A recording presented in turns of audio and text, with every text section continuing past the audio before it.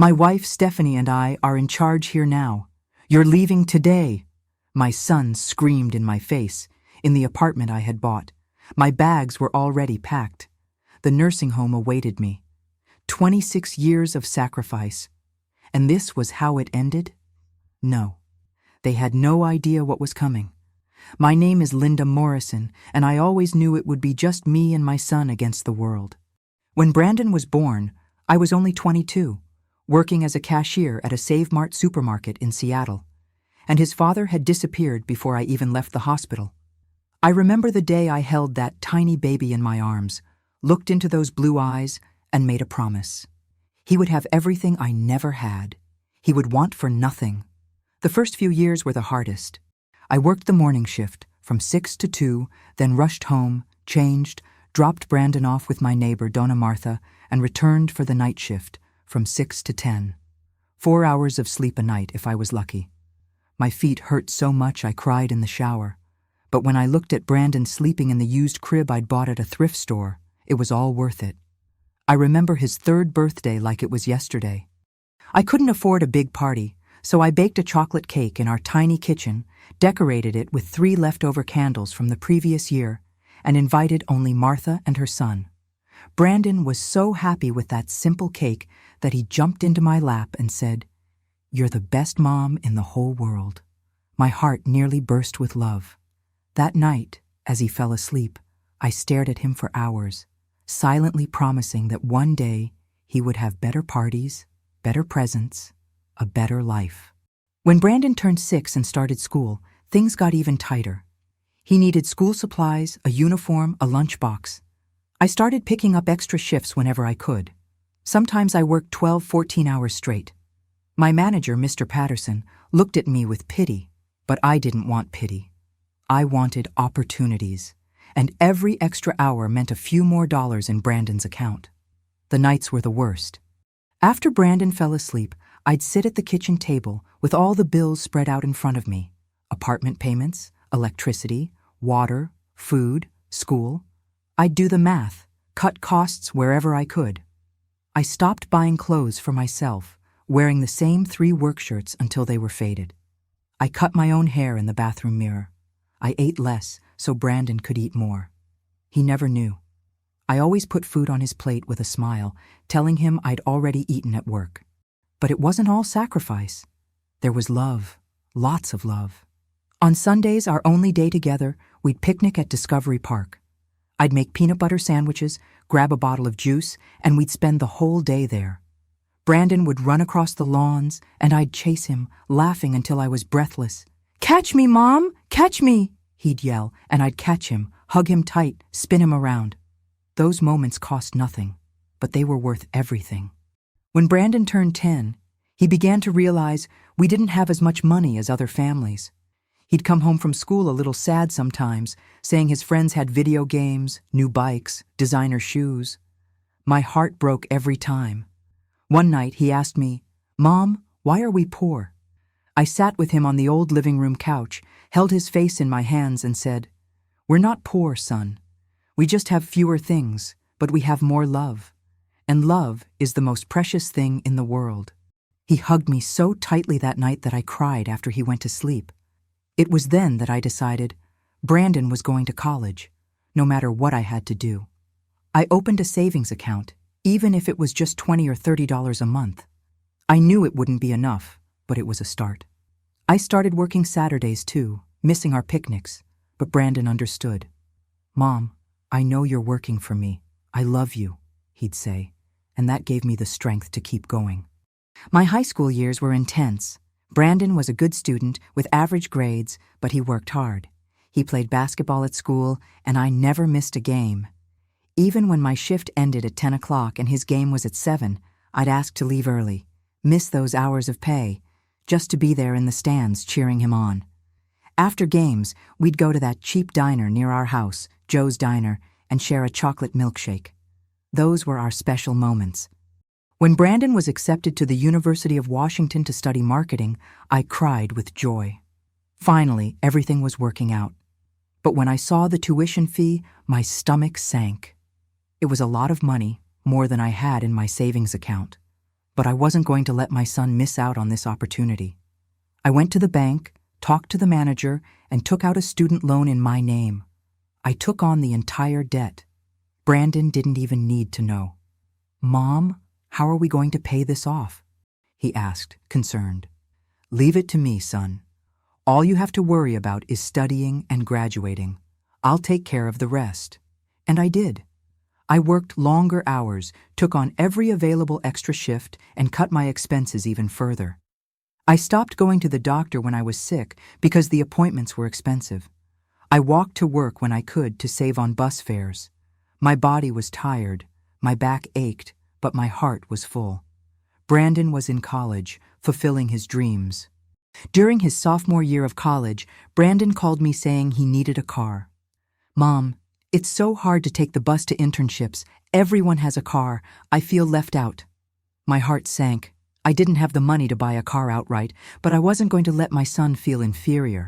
I went to a used car dealership and found a blue 2015 Honda Civic in good condition. The salesman did the math, $600 down and $350 a month for 4 years. I didn't have the $600 down payment. But I did have a ring my grandmother had left me, the only item of value I owned. It was white gold with a small diamond. I treasured that ring, a memory of her. But Brandon needed the car. I went to a pawn shop on Pike Street. The man behind the counter appraised the ring and offered me $700. I accepted immediately, signed the car papers, and a week later I handed the keys to Brandon. The look on his face when he saw that car was unforgettable. He hugged me so tightly, lifted me off the ground, and spun me around. "Mom, you're amazing. I love you so much. I'll take good care of this car, I promise." In that moment, seeing his happiness, I knew I'd made the right choice. Grandma's ring had served its purpose. It had brought happiness to my son. The $350 a month was a strain on the budget, but I managed. Sometimes I'd delay one bill to pay another, juggle due dates, but I always paid the car on time. Brandon couldn't lose that car. It was important to him, to his future. Through all these years, Brandon was always affectionate to me. On birthdays, even without money, he would make handmade cards and write beautiful messages. "Mom, you are my hero. Thank you for everything you do for me." On Mother's Day, he would wake up early, make breakfast, and we would spend the day together. These were the moments that reminded me why it was all worth it. I never expected eternal gratitude, never expected him to return every penny I spent. All I wanted was to see my son happy, fulfilled, with a future better than mine. I wanted him to have opportunities, to not have to work 12 hours a day just to survive. I wanted him to live, not just survive. Looking back now, I see that I gave it my all. Every drop of sweat, every hidden tear, every ache I ignored, every meal I skipped, every worn-out piece of clothing I kept wearing, every hour of sleep I lost. It was all for him, my Brandon, my son, my reason for living. I never imagined that this same son, that baby I promised to protect, that boy who hugged me and told me I was the best mother in the world, that young man who cried with happiness when he won the car, would one day be yelling at me, humiliating me, throwing me out of my own home. But life has these twists and turns, doesn't it? Everything changed one Saturday afternoon in March. Brandon called me, and from his voice, I knew something was different. He was excited, more excited than I'd seen in a long time. "Mom, I need to tell you something. I met someone, an amazing girl. Her name is Stephanie." My heart skipped a beat. She wasn't Brandon's first girlfriend. He'd had a couple of relationships before, but he'd never sounded so enthusiastic. "That's wonderful, son. Tell me more. How did you two meet?" He told me they'd met in an economics class at university, that she was a junior too, that she was studying interior design, that she was beautiful, smart, and funny. I smiled on the other end of the line. My son was in love. And what mother isn't happy about that? "Mom, I want you to meet her. How about Sunday? We can have lunch at your apartment." I was excited. I spent all Saturday cleaning every corner of the house, even though it was already clean. I went to the grocery store and bought ingredients for lasagna, Brandon's favorite dish. I spent a little more than I should have, even buying a cheap wine to add a special touch. I wanted to make a good impression on my son's girlfriend.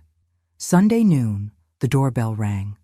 I opened the door and there was Brandon, grinning from ear to ear, and next to him, Stephanie. She was truly beautiful. Long, straight blonde hair, green eyes, tall, slim, wearing expensive-looking clothes. Designer jeans, a designer bag, shoes I could never afford. "Hi, Mrs. Morrison," she said, her smile barely reaching her eyes. She held out her hand, a bit too formal for my taste, but I shook it anyway, smiling. "Please, call me Linda. Come in, come in." They entered, and I noticed Stephanie looking around the apartment with an expression I couldn't decipher. Was it disdain? Disappointment? She didn't say anything, but I sensed something strange in the air. "Your place is cozy," she finally said, and the words sounded odd, as if she were searching for something polite to say about a place that hadn't impressed her. But I swallowed my discomfort. Brandon was happy, and that was all that mattered.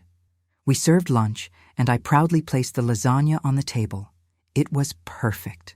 "Mom, it smells so good. I love your lasagna," Brandon said, helping himself generously. Stephanie took a small portion, moved it around her plate with her fork, and ate very little. "Didn't you like it, Stephanie?" I asked, concerned. "Oh, okay, Linda. It's just that I have a special diet, you know? I need to control my carbs." She smiled, but there was something about that smile that bothered me. Brandon didn't even notice. He was busy eating and talking about his college projects, his and Stephanie's plans for the future. I listened, happy to see him so excited, but my eyes kept drifting back to her, and I increasingly sensed something wasn't right. After lunch, I offered dessert, a simple carrot cake I'd made. "No thanks," Stephanie said quickly. "I've already eaten too much." She'd barely touched her lasagna. Brandon also declined, which surprised me because he always ate dessert. "I'm full, Mom." That hurt a little, but I didn't say anything. Over the next few weeks, Brandon began talking more and more about Stephanie. She was always the topic. Stephanie said this, Stephanie did that, Stephanie thinks I should do this.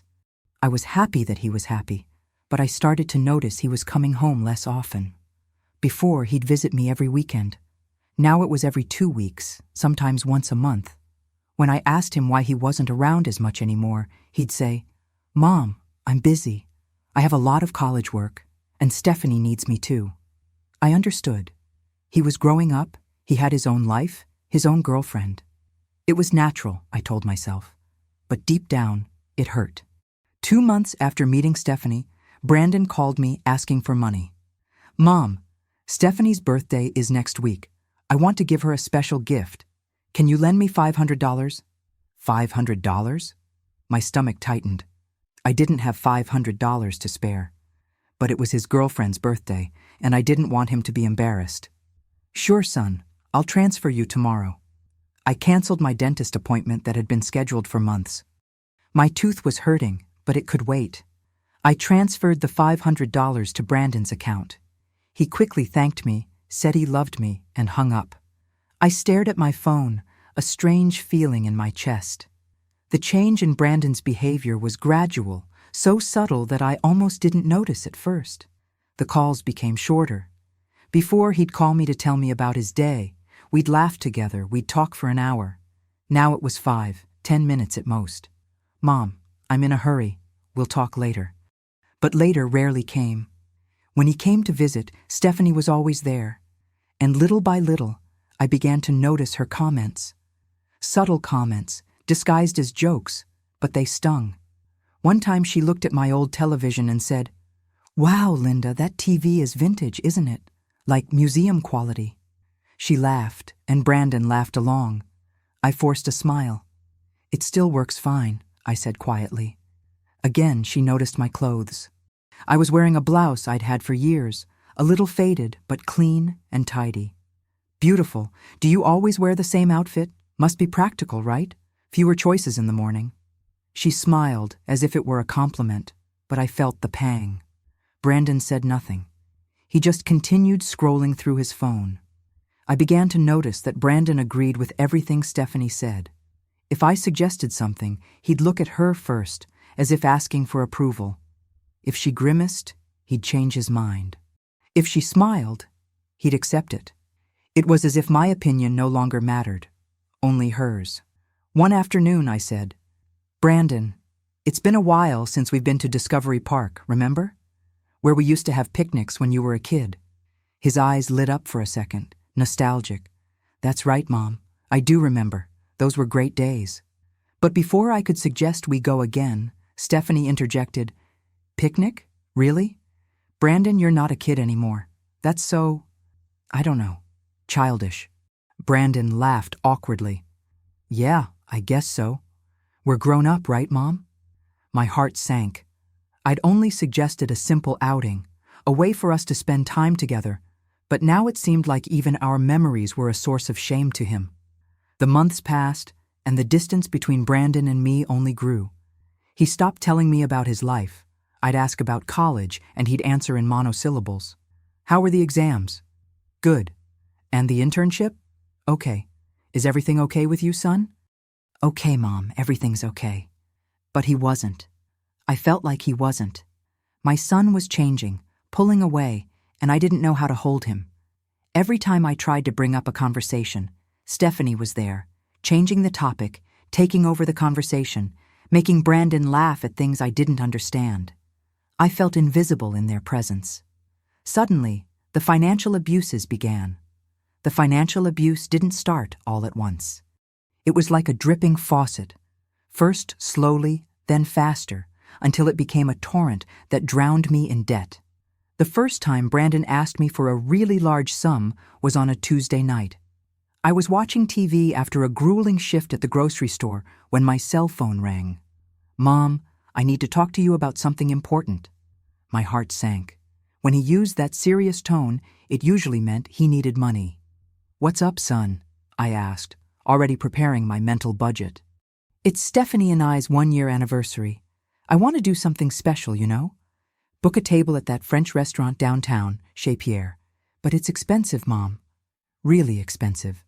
I hadn't heard of Chez Pierre, but from the name I could tell it wasn't cheap. "How much, Brandon?" There was a pause on the other end. "With food, wine, and tip, about $1,500. $1,500. My entire monthly salary was $2,200. He was asking me for more than half of my monthly income for dinner, just one dinner.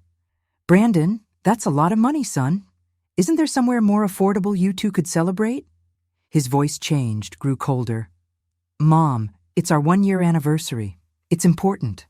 Stephanie's family has money. She's used to these things. I don't want to disappoint her. I don't want her to think I'm poor, that I can't give her nice things." My heart broke when I heard that. My son was ashamed of not having money, ashamed of the life I had built for him with so much sweat. "Brandon, you're not poor. We just don't have all that money to spare. So you're not going to help me?" He cut me off, and for the first time in my life, I heard something like accusation in his voice. "Mom, don't you want me to be happy? Don't you want my relationship to work? I'm asking you for this help because you're the only person I can trust." And there it was. The magic phrase that always got me. "Don't you want to see me happy?" How could I say no to that? What kind of mother denies her child happiness? "Okay, Brandon, I'll help you. Give me a few days to save up the money." "Thank you, Mom. You're the best. I knew I could count on you. I love you so much." The joy returned to his voice instantly, as if someone had flipped a switch. He hung up happily, and I sat on the couch, staring at my phone, a heavy weight on my chest.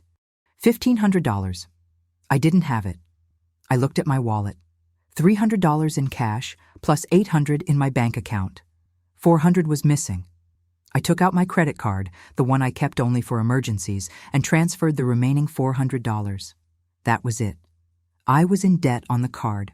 I would pay high interest, but Brandon would have his special dinner. I transferred the money to him the next day. He didn't even call to thank me, just texted, "Got it, Mom. Thanks." 2 days later, he posted photos on Instagram. He and Stephanie at Chez Pierre. She in an expensive dress, he in a suit, wine glasses in hand, smiling. The caption read, "1 year with the love of my life. To many more to come." No mention of who had paid for that night. That should have been a warning sign, but I ignored it. Because mothers ignore signs when it comes to their children, don't they?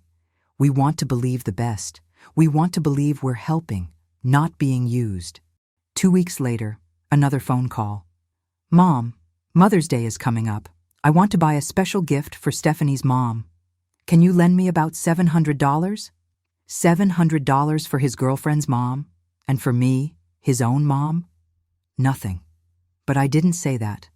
I swallowed my anger and asked, Brandon, I'm still paying off your dinner card. I can't afford it right now. Mom, please, it's important. Stephanie's mom has done so much for us, always invites us to lunch, treats us so well. I need to give back. So much for us? Lunches? Meanwhile, I was here eating ramen noodles to save money. Brandon, I really don't have any right now. Okay, forget it then. I'll have to make up some excuse for Stephanie. I'll have to embarrass myself. He hung up on me. For the first time in his life, my son hung up on me because I said no. I stared at the phone in shock. I cried for an hour. Then I did something I never should have done. I took out another credit card, one I'd saved for years without ever using, and transferred the $700 into his account. I texted him, "It's in your account, son." He immediately replied, "I knew you wouldn't let me down. You're awesome, Mom. Love you." As if he hadn't just hung up on me. As if he hadn't emotionally manipulated me. And so it went. Week after week, month after month, the requests continued. Mom, Stephanie wants to go to that spa in Bellevue. It's only $900. Mom, we're thinking about taking a trip to Portland this weekend. Can you help with about $1,200? Mom, the car needs work. It's $800. Mom, Stephanie saw a beautiful purse. It's only $1,000. Can I borrow it? Each request came with the same emotional manipulation. Mom, don't you want me to be happy? Mom, everyone has these things, but I can't have them. Mom, Stephanie is used to a standard. I can't disappoint her. Mom, you're the only person who can help me. And if financial exploitation was not enough, the humiliations began. The first time Stephanie openly humiliated me, I was in the kitchen making dinner. Brandon had called earlier to say they were coming over, that they missed me. My heart leaped with joy. Missing me. Brandon hadn't been around for almost a month. I was excited, ran to the grocery store after work, bought ingredients for his favorite roast chicken, and spent the last $30 I had. They arrived around 7 o'clock.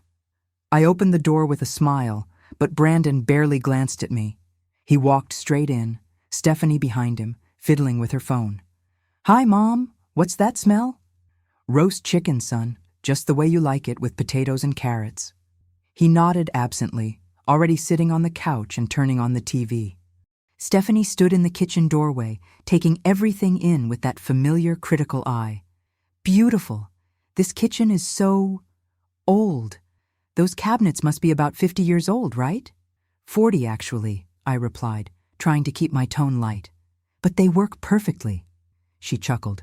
Yeah, it must be comforting to live in the past, without worrying about modernity or style. It wasn't exactly a direct insult, but her tone made it clear what she really thought. I was old, outdated, and lacking in style. I swallowed my resentment and continued making dinner. During dinner, I tried to make conversation. So, what about college, Brandon? How are classes going? Good, he replied, his mouth full. What about your senior project? You were so excited about that digital marketing project. It's going. That was it. No details, no excitement. He ate mechanically, eyes on his phone. Stephanie, however, was much more forthcoming. Linda, how many years have you been working at the supermarket? 28 years, I replied, with a hint of pride. It was honest work. It had supported me and Brandon all these years. 28 years in the same place? Wow, that must be so mind-numbing. I could never do it. I need challenges, you know, growth, evolution. What she was saying was clear. I was a failure. I'd stayed in the same job for 28 years because I never got anything better. Because I had no ambition. Because I was mediocre. Well, not everyone has the same opportunities, I replied, trying to maintain my dignity. I did what I had to do to support my son.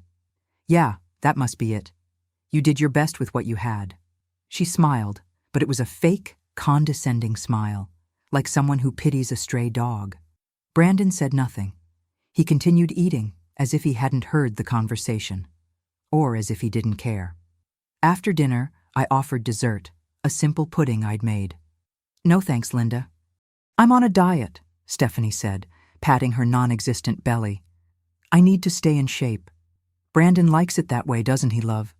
Brandon smiled at her. You're perfect just the way you are. They kissed right there in front of me, as if I didn't exist. Mom, you've gained weight, haven't you? Brandon said suddenly, looking at me. I was shocked. Gained weight? I'd lost almost 20 pounds in the last few months from undereating.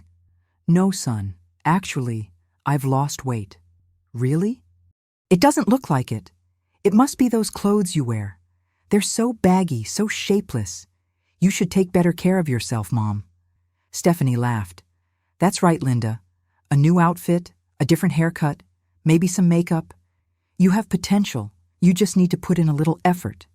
Put in the effort? With what money? Every penny I had was going to them. But I didn't say that.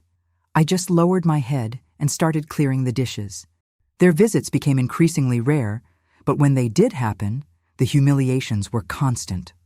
On one of those visits, I was watching an old soap opera on TV. Stephanie looked at the screen and burst out laughing. Gosh, Linda, do you still watch that stuff? That's so old-fashioned. Brandon laughed too. Yeah, Mom, that's so cheesy. Nobody watches soap operas anymore. I like it, she said softly, embarrassed. Keep me company. Company? Linda, you need to get out more, make friends, have a life. Sitting here alone watching soap operas is depressing. Stephanie shook her head, as if she were genuinely concerned, but her eyes held that cruel glint. Once again, they showed up unannounced. I was in my old pajamas, my hair messy, and no makeup. It was Sunday morning, my only day off. I opened the door, and Stephanie looked me up and down with obvious disgust. Wow, Linda, you look comfortable. Her tone was sarcastic. Brandon walked in without even a proper greeting. Sorry, I didn't know you were coming. Let me get ready real quick. No need, Mom. We just came to pick up some things Brandon left here. Things? What things? Brandon went straight to his room, started opening drawers, taking out things. What are you doing, son? Taking my things. I'll leave everything at Stephanie's apartment. More convenient. Stephanie's apartment? He was living with her? Since when? And why didn't I know? Brandon, are you living with her? Yeah, Mom. It's been about 2 weeks. I forgot to tell you. He forgot to tell me. My son moved in with his girlfriend and forgot to tell me. While Brandon gathered his things, Stephanie stood in the living room, pacing back and forth, inspecting every corner. Do you live here alone, Linda? Yes, I do. I always have. This apartment is too big for just one person. 2 bedrooms. What's the point? Do you use Brandon's room? No. I'll leave it the way he left it, in case he wants to come back. She giggled again. Come back? Beautiful. He's all grown up. He's not coming back. You need to accept that and move on. By the way, have you thought about selling this place? It must be worth a lot of money. You could buy something smaller, more suitable for someone your age. That hurt. It hurt a lot, because she was partly right. I felt alone. But it wasn't the apartment that was the problem. It was the absence of my son. Stephanie, I appreciate your concern, but I'm fine. If you say so, I'm just trying to help. She shrugged innocently. Things got worse when Brandon came back into the room with 2 full bags. Okay, I got everything. Aren't you going to take the basketball trophies? They're on the shelf. He looked at the trophies, the ones I'd so carefully guarded, the ones I cleaned every week. Oh, throw them away, Mom. That's just teenage stuff. I don't need it anymore. Throw them away? Those trophies represented years of his dedication, years of me standing there in the stands cheering, chanting his name. And he wanted me to throw them away like trash. Are you sure, son? Yes, they're just old trophies. They mean nothing. They mean nothing. To me, they meant everything. But to him, they were trash. After they left, I stared at those trophies on the shelf, crying. I picked them up, ran my hand over them, remembered every game, every victory, every post-match hug. And then I put them all back on the shelf. I wasn't going to throw them away. Even if they meant nothing to him, they meant everything to me. The most painful humiliation happened a few weeks later. They invited me to dinner at Stephanie's apartment. I was surprised and happy. Maybe things were getting better. Maybe Brandon had realized he'd been treating me badly. I dressed in the best I had, a newer blouse I'd bought at a thrift store, and went over. Stephanie's apartment was huge, luxurious, in downtown Seattle. When I walked in, I was impressed. Modern furniture, expensive decor, an incredible view of the city. Wow, what a beautiful place! Thank you, Linda. My parents helped me with the down payment. It's nice to have a supportive family, right? The barb was there, disguised as a casual comment. During dinner, which was catered, expensive food they'd ordered, Stephanie started asking me questions. Linda, did you ever remarry after Brandon's father? No, I never had the time. I was busy raising my son. That's a shame. You missed so many opportunities. It must be lonely. I had Brandon. I didn't feel alone. But he's not your husband, Linda. He's your son. Eventually he'd grow up and have his own life. What was left for you? Nothing. Brandon said nothing. He was eating, as if the conversation didn't interest him. I'm left with my dignity. I'm left with the pride of having raised a good man. Stephanie raised her eyebrows. A good man? Brandon's great, but it wasn't all your doing, Linda. People grow on their own too. You can't just brag about it like you're solely responsible for his success. His success? What success? He hadn't even graduated yet, and I was footing the entire college bill. But again, I said nothing. I just swallowed the humiliation with a sip of water. Then Stephanie dropped the bombshell. Linda, Brandon and I have been talking. We're thinking about getting married soon. My heart skipped a beat. Getting married? That's wonderful. Congratulations. I tried to sound happy, but inside my chest tightened.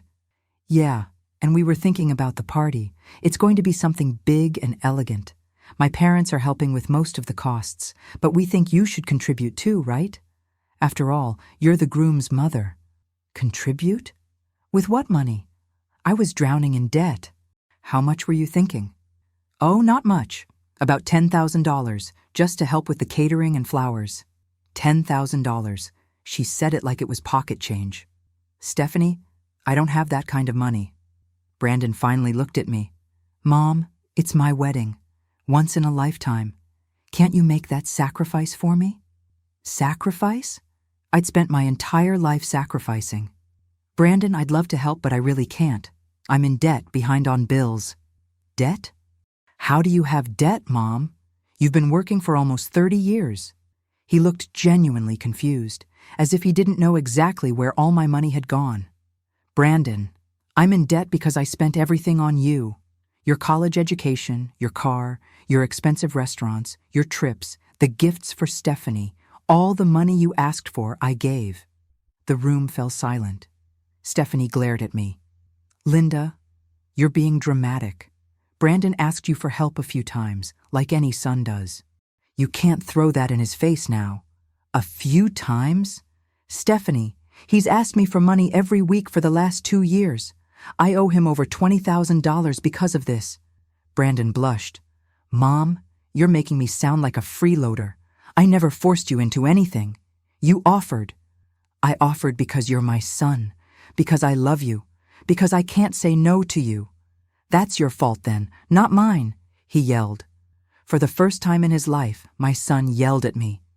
If you were stupid enough to spend all your money on me, that's your problem. Stupid. He called me stupid. Stephanie put her hand on his shoulder, comforting him, as if I were the villain here. Linda, I think you should go. Brandon is upset. You shouldn't have brought this up in the middle of dinner. It was very inappropriate. I got up from the table, grabbed my bag, and left that apartment with tears streaming down my face. Neither of them got up to walk me to the door. Neither of them asked me to stay. I took the elevator down alone, stepped out onto the cold Seattle street, and started walking to the bus stop, crying the whole way. But the final humiliation, the one that truly broke me, came 2 weeks later. Brandon and Stephanie showed up at my apartment unannounced on a Thursday afternoon. I had just gotten home from work, tired, still in my uniform. "Hi, son. Hi, Stephanie. Want to come in?" "No, Mom. We just came to talk about something." Brandon was serious, Stephanie beside him with that mischievous smile. "What is it?" My heart was already racing, sensing it wasn't going to be good. "Mom, you're getting old. This apartment is too big for you. Stephanie and I are thinking about moving here after the wedding. You could go to a smaller place, more suitable for someone your age, like a nursing home, you know? There are some really nice ones here in Seattle." I froze. They wanted my apartment? They wanted to put me in a nursing home? "Brandon, this is my apartment. I've paid for it for 20 years. It's in my name." "We know, Mom, but you don't need all this.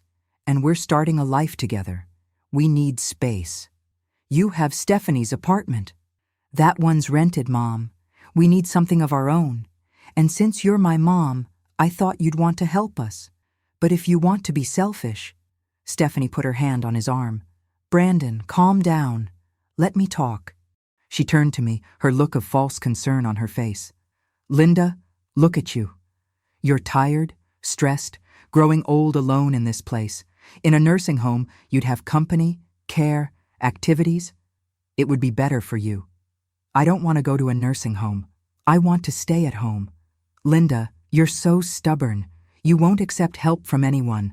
We're trying to do what's best for you, and you're resisting." Stephanie sighed, as if I were a difficult child. "I don't want to go to a nursing home. I already told you that." My voice was firmer now, anger starting to replace the shock. "This is my home. I've lived here for over 20 years. Brandon slammed his cup down. "Mom, you don't understand. This isn't a request. It's a decision already made. You're going to Pine Valley today. Everything's already arranged. They're expecting you at 2:00. Brandon, you can't do this. This is my house." I shot up from the chair, my body shaking with anger and fear. "You have no right." That's when he exploded. Brandon stood up from the couch, taller than me, looking down with that look of contempt that cut through me like a knife. And then he yelled, with a fury I'd never seen before. "It's me and my wife, Stephanie, in charge here now. You're going to do what we tell you." The scream echoed off the apartment walls. I felt like I'd been slapped in the face. My son. My baby. The boy I'd cradled in my arms, whom I'd protected, whom I'd loved more than anything in this life, was yelling at me, threatening me, in my own home. "Brandon." My voice broke, tears starting to stream down my face. "How can you talk to me like that? I'm your mother." "You are my mother, but that doesn't give you the right to be a burden in my life forever." He continued yelling, his finger pointing at me. "You're always complaining that you have no money, that you're in debt, that you're tired. We're doing you a favor by putting you in a place where they'll take care of you." Stephanie stood up too, coming to stand beside him, her hand on his arm in a gesture of support. She looked at me with that cold, cruel smile, the smile of someone who was winning. "Linda, you have no choice. The bags are already packed. The room at Pine Valley is booked. You just have to accept it and make it easier for everyone." "And the apartment?" I managed to ask, even though my voice cracked. "What are you going to do with my apartment?" Brandon and Stephanie exchanged a look, that knowing, conspiratorial look. And then he said, with a coldness that chilled me to the bone, "We're going to live here. It's already been decided. In fact, we've already started transferring the deed into our names. You just need to sign some paperwork." "What do you mean, transfer the deed?" I yelled, for the first time yelling at my son. "This apartment is mine. It's in my name. You can't do this." "Yes, we can, Mom. You're elderly, clearly not in a position to care for yourself. We can claim mental incapacity and obtain power of attorney. Either you sign the papers willingly, or we do it the hard way. Your choice." His voice was measured, cold, as if he were talking about a business transaction, not robbing his mother's house. My legs gave out. I fell to my knees on the living room floor, sobbing, my body shaking uncontrollably. 26 years. 26 years of my life dedicated to him.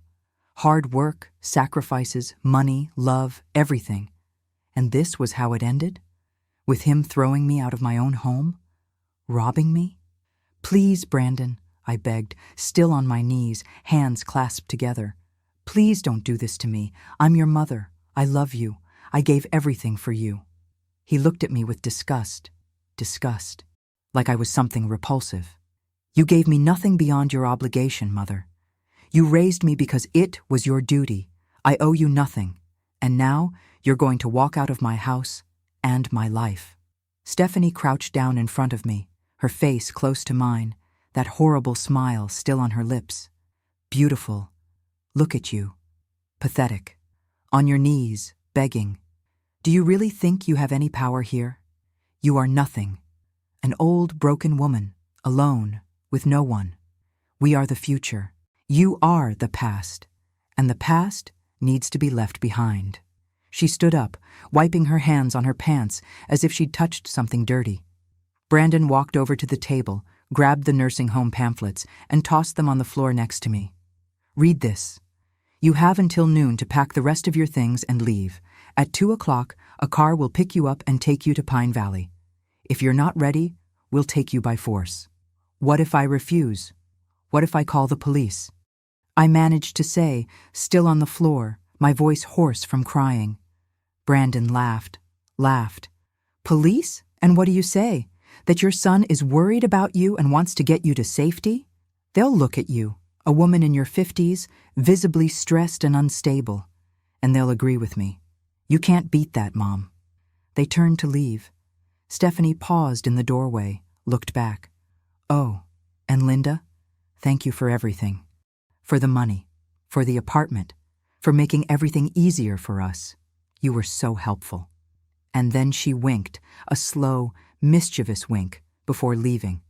Brandon followed her without a backward glance, without a hug, without an apology, without anything. The door slammed, and I was left there, kneeling on the floor of my living room, surrounded by nursing home pamphlets, my bags cluttered in the hallway. I cried. I cried like I'd never cried in my life. Deep sobs, coming from a place so deep inside me it physically hurt. My chest burned, my throat ached, my head throbbed. I stayed there, I don't know for how long. Half an hour? An hour? Time meant nothing anymore. Eventually, I ran out of tears. I sat there, staring into space, my mind blank. Was this the end then? 26 years of love, sacrifice, dedication, all to end like this? With my son stealing from me, throwing me out, humiliating me in the worst possible way? I picked up one of the pamphlets from the floor. Pine Valley Senior Living. It had pictures of smiling old people, playing cards, doing crafts. It seemed like a sad place, a dumping ground for people their families no longer wanted. Was that what I was now? A disposable person? I glanced at the clock on the wall. 7:30 in the morning. Brandon had said I had until noon to leave. 4.5 hours. 4.5 hours to finish packing up my life, my story, everything I was, and disappear. But something began to happen inside me. In the midst of that devastating pain, deep within that pit of despair, a small flame began to ignite. Anger. No, more than anger. Fury. A burning, purifying fury. They weren't going to do this to me. Brandon and that snake Stephanie weren't going to destroy me completely. They weren't going to steal me. They weren't going to throw me away like trash. I had rights. I had dignity.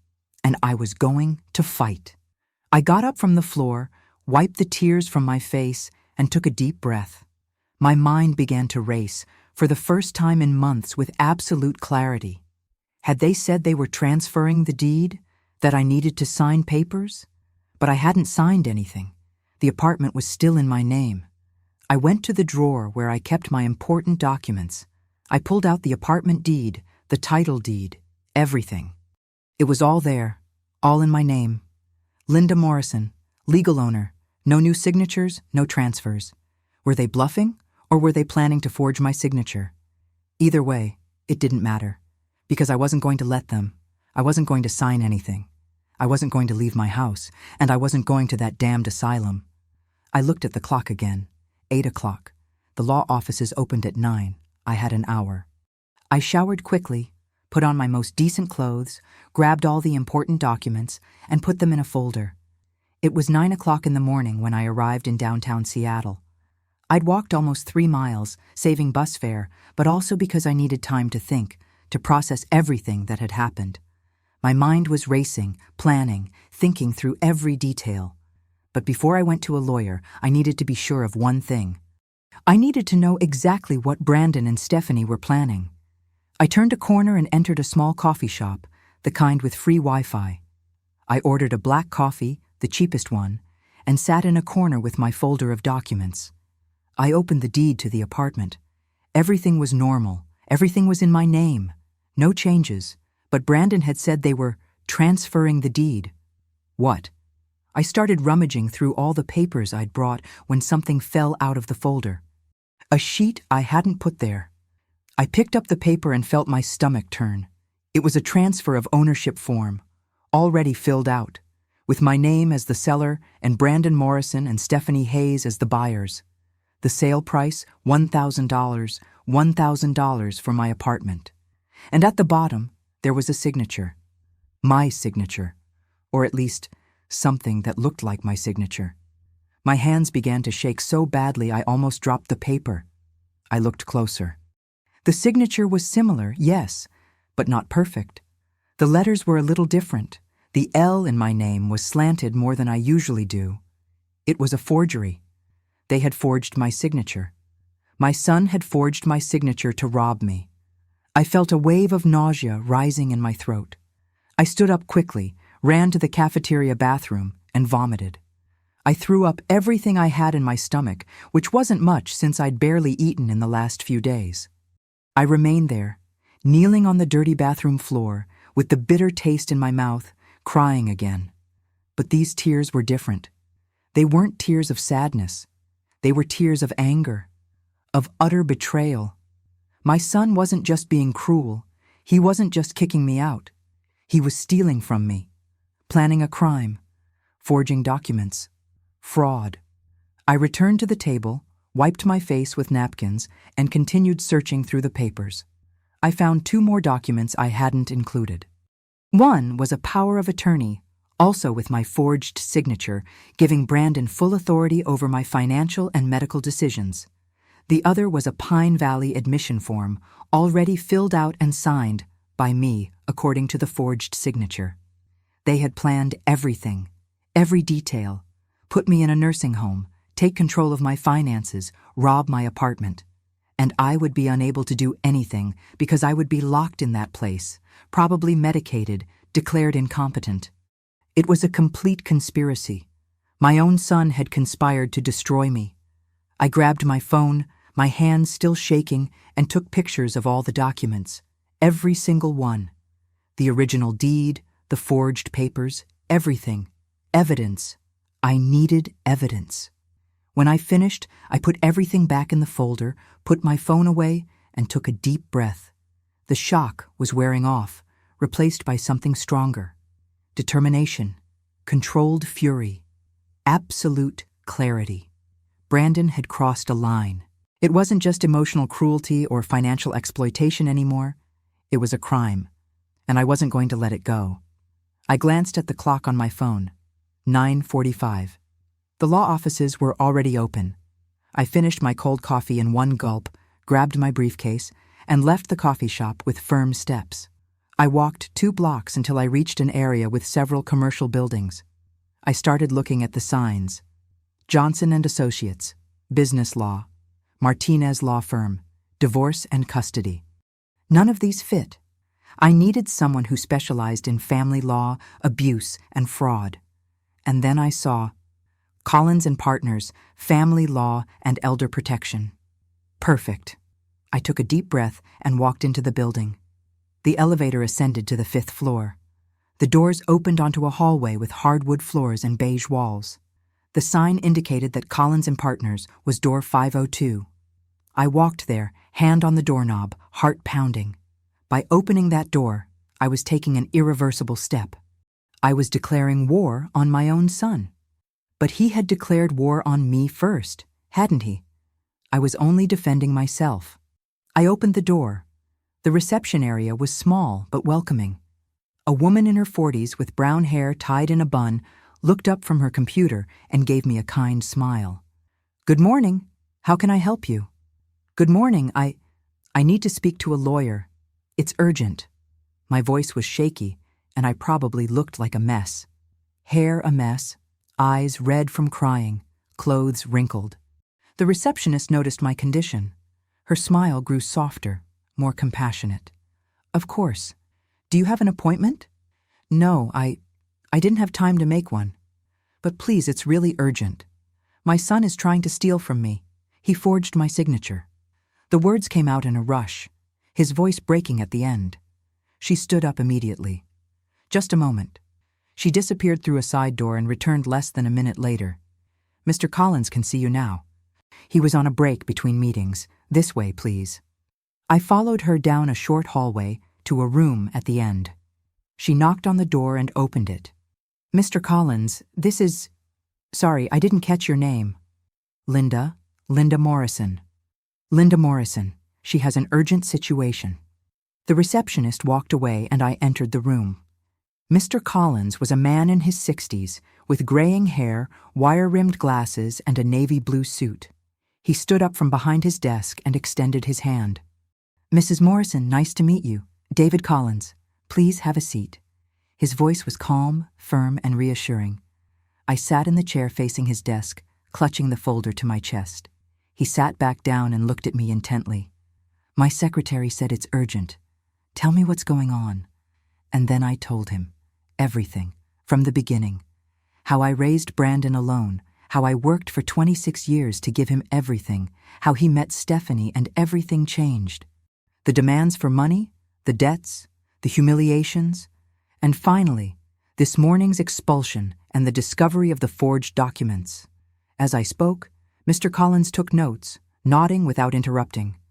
When I finished, he asked, "Did you bring the documents?" I opened the folder with trembling hands and placed everything on his desk. The original deed, the forged papers, the bank transfer receipts I'd saved, everything. He took each document, examined it carefully, and compared the signatures. After a few minutes, he took off his glasses, rubbed his eyes, and looked at me with a serious expression. "Mrs. Morrison, what your son and his girlfriend did is a crime. Forgery, attempted fraud, embezzlement. These are serious crimes." "I know." My voice came out a whisper. "But he's my son. I don't want to put him in jail. I just want to protect what's mine. I want my home back. I want them to leave me alone." Mr. Collins nodded. "I understand. And it's possible to do this without necessarily involving the police, at least initially. But you need to understand that this will be a battle. Your son won't take it lightly, especially if he and his girlfriend have already planned this whole thing. I know, but I have to fight. I can't let them do this to me." My voice was firmer now, determination growing. "Great, then let's make a plan." He grabbed a sheet of paper and began writing. "First, immediately cancel all payments you make on his behalf. The car, the college, anything. You mentioned you're paying off a car loan?" "Yes, a Honda Civic, $350 a month. The car is in his name, but I pay the payments. Do you have a contract saying you're responsible for payment?" "No, I just pay. I make the transfers from my account." "Perfect. Then it's simple. You stop paying. The bank will repossess the car after a few months of default." "It's not your problem." He made a note. "What about college?" "I pay directly to the university, $1,800 a semester." "Do you have any student loan agreements in his name?" "No. The loans are all in my name. I'm the one who owes them." Mr. Collins paused, looking at me with something that looked like pity. "Mrs. Morrison, you went into debt for $20,000 for him?" "More than that, actually. About $25,000 with interest." I hung my head in shame. It seemed so stupid now, so obvious that I was being used. "Okay, we'll take care of that too. You'll cancel all payments, college, car, anything. If he calls, you don't answer. If he shows up, you don't open the door. Zero communication. He continued writing. Second, protect your property. These forged documents here have no legal value until they're registered with the land registry. You need to go to the land registry today and put a warning note on your apartment deed. This will prevent any attempt at fraudulent registration. Can I do this? How? I'll prepare a document for you to bring. With these forged papers as proof, the registry office will agree to place the alert. Any attempt to alter the property will require your personal presence with identification. I felt immense relief. At least my apartment would be protected. And then, third, eviction notice.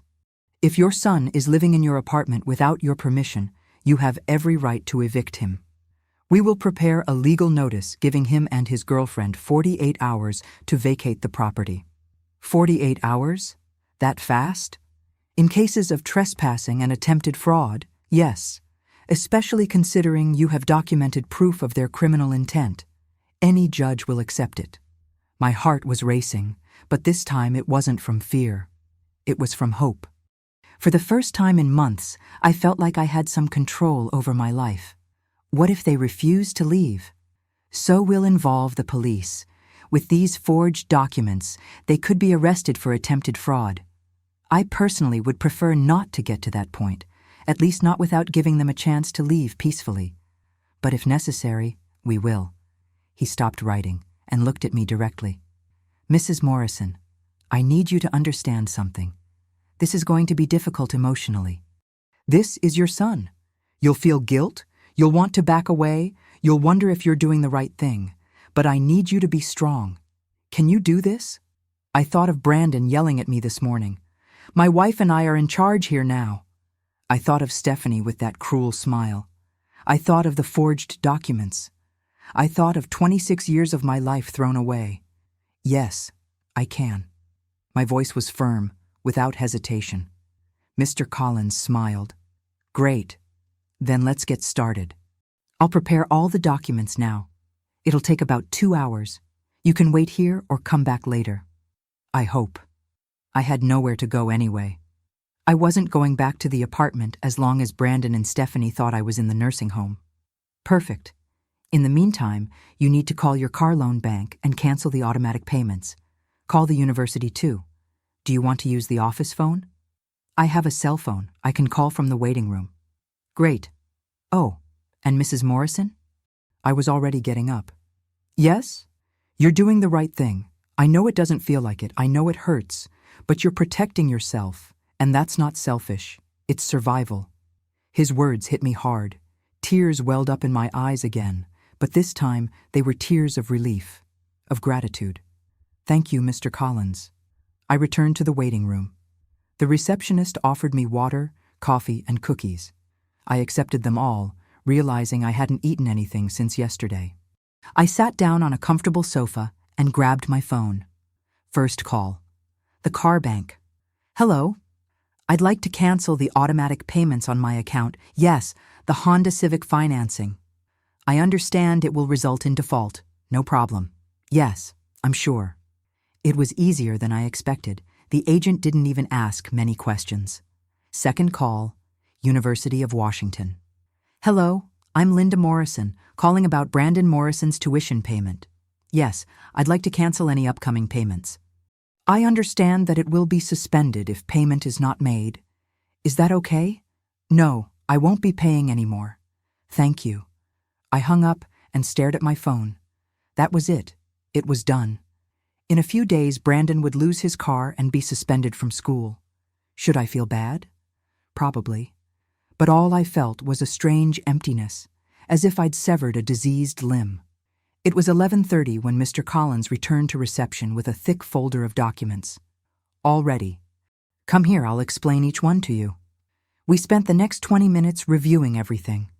There was the eviction notice, the notice request at the registry office, a document for the police in case it was needed, and several legal forms that I didn't even fully understand, but I trusted he knew what he was doing. How much do I owe you, Mr. Collins? I asked, already mentally calculating how much extra debt I was going to take on. Lawyers were expensive. He shook his head. For the first 3 months, nothing. I do some pro bono cases, especially when it involves family elder abuse. Then, if you need more legal assistance, we'll discuss fees. But for now, don't worry about that. I almost cried again. Mr. Collins, I don't know how to thank you. Thank me by standing firm and getting your life back. Now go. First the notary, then you go home. And remember, don't answer his calls, don't open the door. Tomorrow morning, an officer will deliver the eviction notice in person. After that, they have 48 hours. If there's anything, any problem, call me. Here's my card with my personal cell phone. I took the card, shook his hand, and left that office feeling like a different person. I was no longer the weak, submissive, accepting Linda. I was the Linda who would fight, who would defend herself, who would get her life back. The land registry office was 6 blocks away. I walked quickly, my briefcase clutched tightly to my chest, afraid someone would try to steal it. These documents were my salvation. At the registry office, the clerk was very helpful. When I showed her the forged papers and explained the situation, she was visibly shocked. Oh my God, how awful! Of course we'll put out an alert immediately. No one will be able to do anything with your property without you being there in person. It took about 40 minutes to process everything.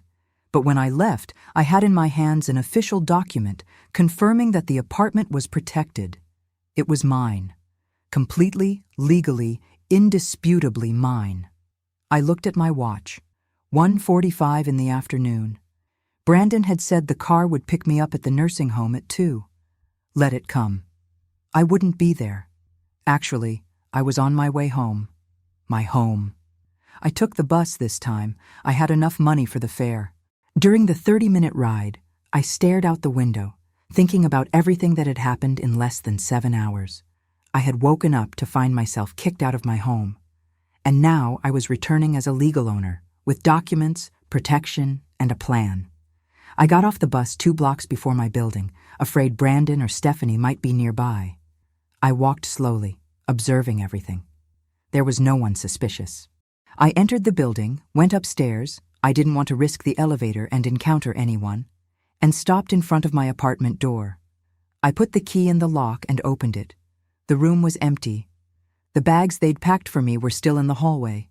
I walked in, locked the door, and leaned against it, taking a deep breath. I was home, my home, and I wasn't leaving. I grabbed the bags they'd packed and emptied everything back into the closets. Each piece of clothing I put back was an act of resistance, of reclaiming my space. By the time I finished, it was 3:30 p.m. My phone started ringing. Brandon. I rejected the call. It rang again. I rejected it. A message arrived. Mom, the car picked you up and you weren't there. Where are you? I didn't answer. Another message. Mom, answer. Where are you? I blocked the number. 5 minutes later, there was a furious knock on the door. Mom, open this door. I know you're there. It was Brandon. He had come. I stood frozen, my heart pounding, more screaming. Linda, open that door now. You're supposed to be in the asylum. But I didn't open it. I stood there, on the other side of the door, silent, listening to him yell and bang. After about 5 minutes, I heard Stephanie's voice. Leave it, Brandon. She won't open it. Let's go. She has to open it. It's my house, he yelled, knocking again. Yours? It's my house, Brandon. Mine. I yelled back, answering for the first time. There was silence on the other end. Then his voice, lower, more menacing. You're going to regret this, Mom. I'm going to get you out of here, one way or another. Try. My voice was firm. Just try. I heard footsteps moving away. They were gone. I stepped away from the door, legs shaking, and sat on the couch. I had done it. I had resisted. For the first time, I had said no. And it was just the beginning. Tomorrow, the eviction notice would be served. And then they would discover that I was no longer the weak, submissive mother they thought they knew. I was a woman at war. And I was going to win. On Wednesday morning, I woke up earlier than usual. I hadn't slept very well, waking every hour, afraid that Brandon and Stephanie would try to break down the door. But nothing happened. The night passed in silence. I made coffee, sat at the kitchen table with my cup, and waited. I knew that at some point today, the consequences of my actions would begin to appear, and I was ready.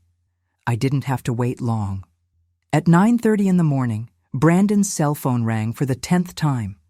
He was in Stephanie's apartment, lying on the couch, trying to decide what to do about his crazy mother who refused to leave his house. His. Because in his mind, that apartment was already his.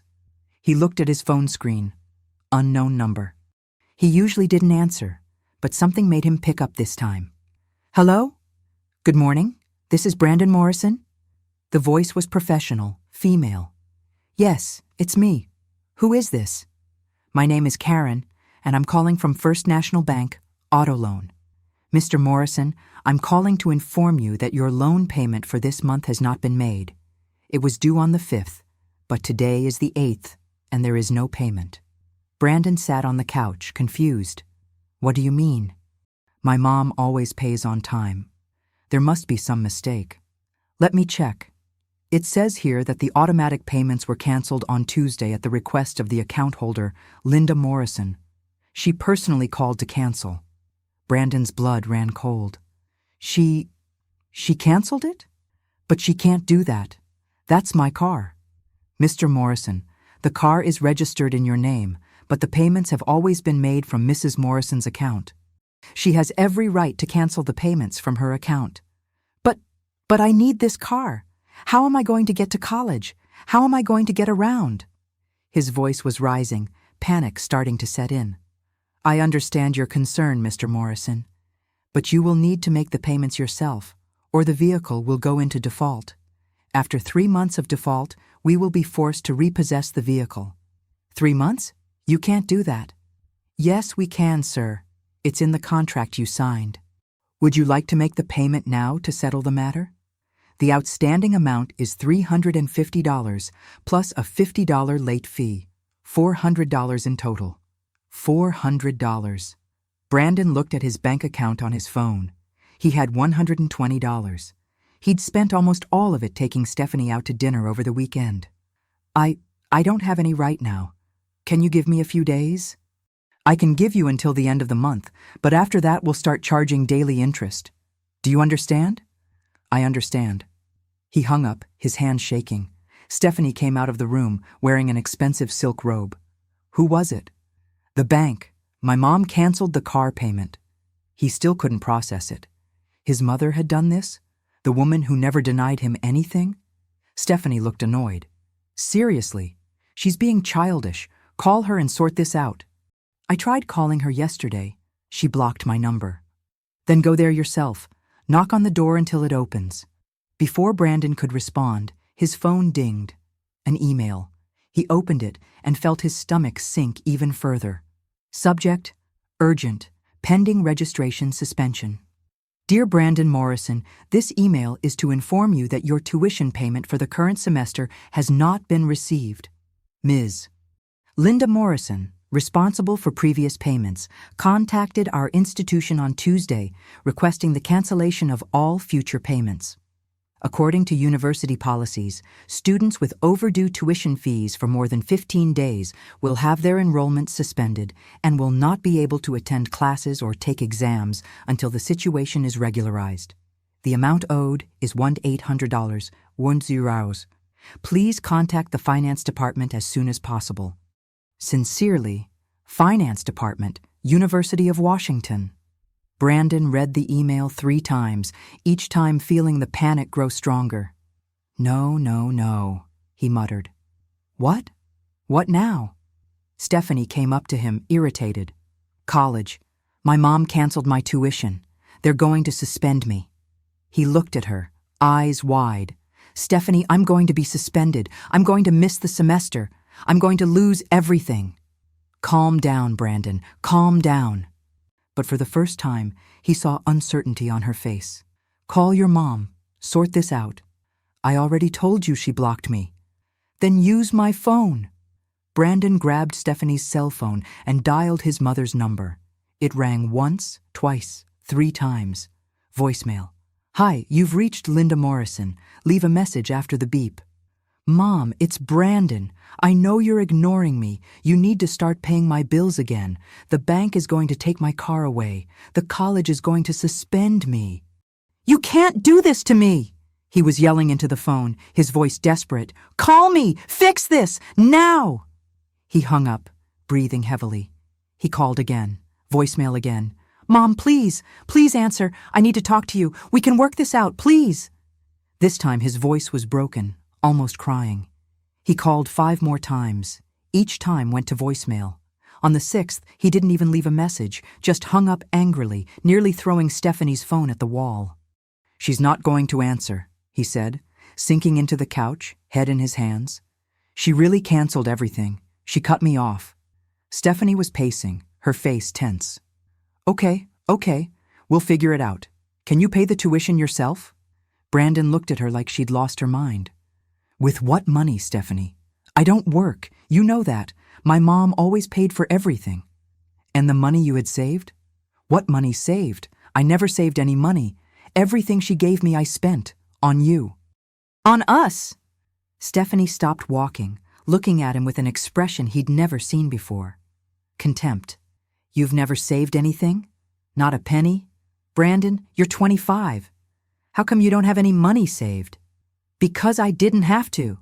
My mom was always there. She always paid for everything. He was yelling now, frustration and fear mixing together. Your mother. Your mother. Your mother. You're pathetic. Stephanie yelled back. A grown man depending on his mother for everything. I can't believe I was stupid enough to stay with you. You said it was okay. You said the important thing was for us to be together. I said that because I thought you were going to get her apartment. That was the plan, Brandon. We were going to get the apartment. We were going to sell it. We were going to have money. But you couldn't even do that right. The truth hit Brandon like a bucket of cold water. You only stayed with me because of the apartment? Stephanie realized she'd said too much. She tried to backtrack. No, love, it's not that. I love you. It's just that I'm stressed, okay? We're going through a rough patch. But Brandon had already seen it. The mask had slipped. She didn't love him. She probably never had. It was all about the money, the apartment, what she could earn. His cell phone rang again. Another unfamiliar number. He answered, his voice tired. Hello. Mr. Morrison? This is your car insurance company. We're calling because your insurance payment hasn't been made. He didn't even wait for the person to finish. He hung up. Yet another bill his mother was paying that he didn't even know about. How many more were there? How many other things would fall apart in the coming days? The cell phone rang again, and again, and again. The bank, the insurance company, a clothing store where he had an additional credit card from his mother's account. Everything was being cut off. Everything was being canceled. It was as if his life was falling apart in real time. I need to go there. Brandon stood up suddenly. I need to go to the apartment, talk to her in person. She can't ignore me if I'm in front of her. She didn't answer the door yesterday, Stephanie pointed out. Then I'm going to stand there until she does. I'll scream, I'll make a fuss, I'll do whatever it takes. He grabbed his car keys, at least he still had the car for now, and ran out. The drive to his mother's apartment took 20 minutes. He drove like a madman, furious, desperate, scared. When he arrived, he ran up the stairs and banged on the door loudly. Mom! Open this door! We need to talk! Silence. Mom! I know you're there! Stop being childish and open the door! Nothing. He stood there for an hour, banging, yelling, begging. Neighbors began to emerge from their apartments, looking on disapprovingly. Mrs. Chen from the apartment next door said, Young man, stop it. You're disturbing everyone. That's my mom. I need to talk to her. She clearly doesn't want to talk to you. Go away, or I'll call the police. Police. That word made him pause. He couldn't risk the police. Not with the forged documents they'd made. If the police got involved, if his mother produced those papers. He walked out, defeated, and returned to his car. He sat in the driver's seat and finally let the tears flow. He cried with frustration, with fear, with anger. How had he gotten to this point? How had he lost control like this? When he returned to Stephanie's apartment, she was on the phone. She hung up when he came in. It was my mom. I told her what's going on. And what did she say? Brandon asked hopefully. Maybe Stephanie's family could help. She said we should have known better than to kick her mom out of the house. She said she won't help us because it was our choice. Another door closing. So we have no one? No help? You have no one, Brandon, Stephanie corrected, her voice cold. I have my parents. I always have somewhere to go back to. You're the one who's screwed. Her words were like knives. He'd lost his mother. He was losing his car, his college education. And now he was realizing he'd never really had Stephanie. The cell phone rang again. He didn't even look at it. He just let it ring until it went to voicemail. His house of cards was crumbling, brick by brick, and he had no idea how to stop it. On Thursday morning, Linda woke with a strange feeling. It took her a few seconds to realize what it was. Hope. For the first time in months, she felt hope. She ate her coffee calmly, put on clean clothes, and even put on lipstick she hadn't worn in years. Today would be the day. Mr. Collins had said the bailiff would deliver the eviction notice to Stephanie's apartment this morning. At 10 o'clock, her cell phone rang. Mr. Collins's office number. Hello? Mrs. Morrison? This is David Collins. I wanted to inform you that the officer just confirmed the notice was personally delivered to Brandon Morrison and Stephanie Hayes 15 minutes ago. They signed for it. Linda felt her heart race. And what happens now? Now they have until Friday at 10 o'clock to vacate their apartment completely. 48 hours. If they don't leave, the police will forcibly remove them. I understand. Thank you, Mr. Collins. You're welcome. Any problems? Call me. And Mrs. Morrison? Congratulations. You're getting your life back. At Stephanie's apartment, chaos had ensued. When the doorbell rang at 9:45, Stephanie went to answer it, thinking it was a delivery. Instead, it was a man in uniform with a clipboard. Good morning. I'm looking for Brandon Morrison and Stephanie Hayes. It's me, Stephanie Hayes. What do you want? I need to deliver an official notice. Is Mr. Morrison here? Brandon, someone's here. Brandon appeared from the bedroom, hair messy, eyes red from lack of sleep. What? The officer held out a large envelope. Eviction notice. You'll need to sign here to confirm receipt. Eviction? Eviction from where? Stephanie took the envelope, opened it with trembling hands. She began to read aloud. Notice of eviction and order to vacate to Brandon Morrison and Stephanie Hayes.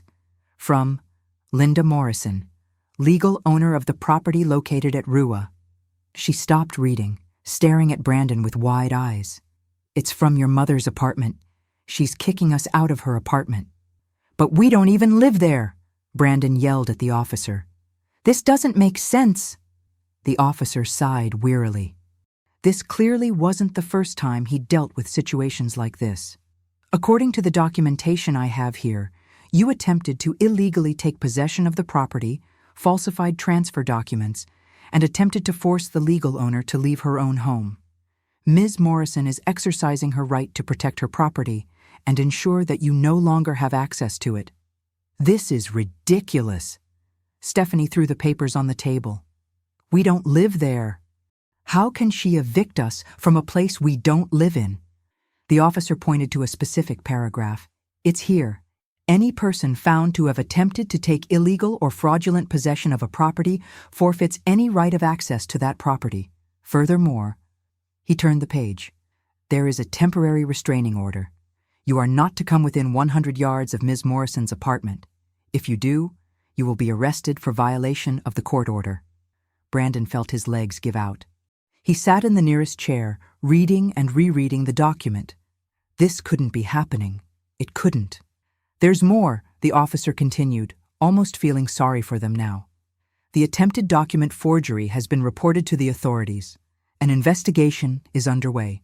You will likely be contacted by the police in the coming days to give a statement. Investigation? Brandon shouted, standing up.